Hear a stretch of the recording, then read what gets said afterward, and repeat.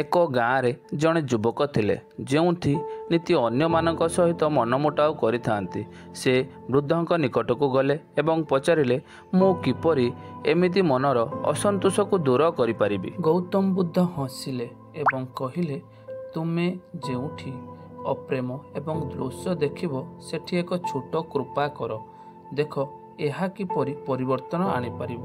ସେ ଏହି କଥା ଅନୁସରଣ କଲେ ଏବଂ ଦେଖିଲେ ଯେ ପ୍ରେମ ଏବଂ ନମ୍ରତା ତାଙ୍କ ଶତ୍ରୁଙ୍କୁ ମଧ୍ୟ ପରିବର୍ତ୍ତନ କରିପାରିବ।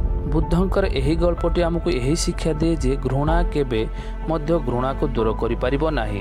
ଏହି ଜଗତରେ କେବଳ ପ୍ରେମ ଏବଂ ଦୟା ମାନବକୁ ନୂଆ ରାସ୍ତା ଦେଖାଇପାରେ। ଯଦି ଆପଣମାନଙ୍କୁ ଆମର ବୁଦ୍ଧଙ୍କର ଏହି ଗଳ୍ପଟି ଭଲ ଲାଗିଥାଏ ତାହେଲେ ଲାଇକ୍ କରି କମେଣ୍ଟ ମାଧ୍ୟମରେ ଜଣାନ୍ତୁ।